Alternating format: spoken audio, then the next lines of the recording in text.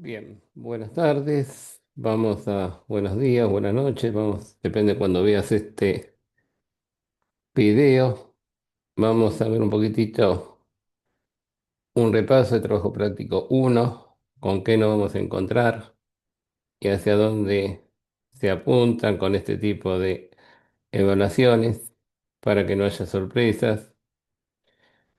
Tener en cuenta que el hay que actuar en forma lógica, de acuerdo a lo que se vio en el módulo uno. Son todas preguntas relacionadas aplicando lógica con los conceptos del módulo uno, donde incluyen los papers. Así que si vamos a una preguntita, son 20 preguntas, que son 40 minutos que tienen, van a tener dos intentos para hacerlo y siempre va a quedar la nota más alta. Entonces vamos a ver con qué parecidas, así que son preguntitas que se van a encontrar para resolver alguna incógnita. Hacia algunas de las preguntas que se van a encontrar, dice, ¿cómo se define la inteligencia artificial desde una perspectiva académica contemporánea? Y la respuesta correcta es, lógicamente, la capacidad de diseñar sistemas que realizan tareas que requieren inteligencia humana como aprendizaje y toma de decisiones. Conjunto de algoritmos no, sistema informático no, tecnología cuyo objetivo no, modelo computacional no. Si vamos a otra de las consignas, ¿cuál es la diferencia fundamental entre el enfoque simbólico y el conexionista? El enfoque simbólico representa el conocimiento mediante reglas explícitas. Hablamos un poquito de reglas tanto en el módulo uno como en el módulo 2, mientras que el conexionista aprende a patrones a partir de datos.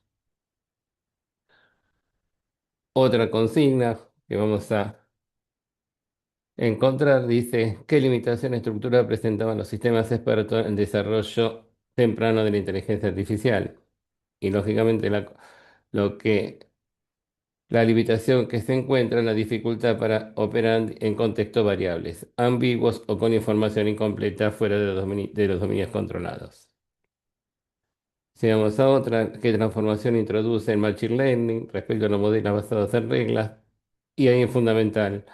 La inteligencia se construye a partir de patrones aprendidos en los datos. Ahí empiezan a aparecer el comportamiento de patrones, en lugar de aprender basados en reglas, reglas previamente definidas. Si vamos a otra consigna, ¿cuál es la característica distintiva de un deep learning dentro de la evolución de la inteligencia artificial? Y es fundamental la capacidad de modelar relaciones complejas en donde, en datos no estructurados, mediante redes neuronales. Puedo empezar a trabajar con redes neuronales. ¿Qué distingue la inteligencia artificial generativa respecto a los modelos anteriores? ¿Cuál era Esa es muy elemental, es fácil, la capacidad de producir contenido nuevo a partir de modelos probabilísticos, entrenados con grandes volúmenes de datos. Por eso, inteligencia artificial generativa. ¿Por qué se afirma que la inteligencia artificial debe ser comprendida como un sistema sociotécnico? Se habló mucho de sociotécnico. Es simple. ¿Por qué? Porque su funcionamiento depende de la interacción entre la tecnología, los datos, instituciones y los contextos sociales.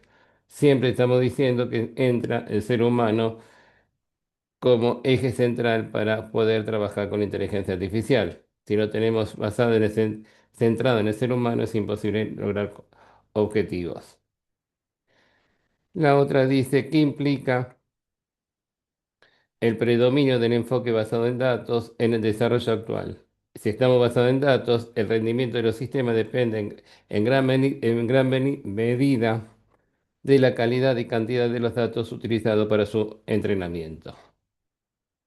Tenemos que necesitar una buena calidad. Cuando tengamos el encuentro, les voy a contar algunas cositas que estamos haciendo con esto.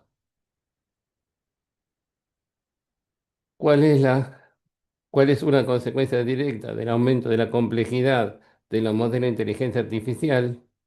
¿Y cuál es? Lógicamente, la disminución de la capacidad de interpretar cómo se generan los resultados en modelos avanzados.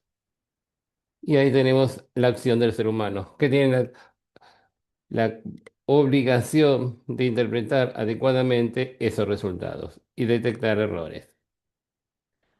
¿Qué transformación introduce la inteligencia artificial generativa en el ámbito educativo? Y muchos. Desplazamiento del foco desde la producción de contenidos hacia su valoración crítica e interpretación. Aparecieron muchas herramientas de inteligencia artificial que puede hacer tareas, pero dependiendo del docente, cómo hace esas tareas, cómo le indica hacer esas tareas. Alguna de verdadero o falso. La inteligencia artificial posee una definición única. Chao, es falso, pues nunca tenemos una definición única. Así que tenemos falso. El auge de Machine Learning y Deep Learning se vincula con el aumento de la capacidad de cómputo, sí, y la disponibilidad de los grandes volúmenes de datos, sí, porque antes no podíamos hacer esto. Cuando aparecieron, luego de la evolución de Big Data, donde fueron creciendo los datos, ahí tenemos la capacidad que es cierta, es verdadero. Se vincula con el aumento de la capacidad de cómputo y la disponibilidad de grandes volúmenes de datos. Vamos a otra fase. La inteligencia artificial generativa comprende el significado del contenido, no, que produce de la misma forma que un ser humano, lógicamente es falso. Dependemos del ser humano. Acá tenemos para ah, unir con flechitas, como queramos llamarlo, la inteligencia artificial simbólica usa reglas explícitas, la conexionista mediante redes neuronales, Machine Learning a partir de datos, Deep Learning trabaja con grande volumen de información y la generativa producción de contenido basado en modelos probabilísticos. ¿Cuáles son los elementos que permiten comprender la inteligencia artificial como un conocimiento sociotécnico? Hay tres elementos, como un sistema sociotécnico.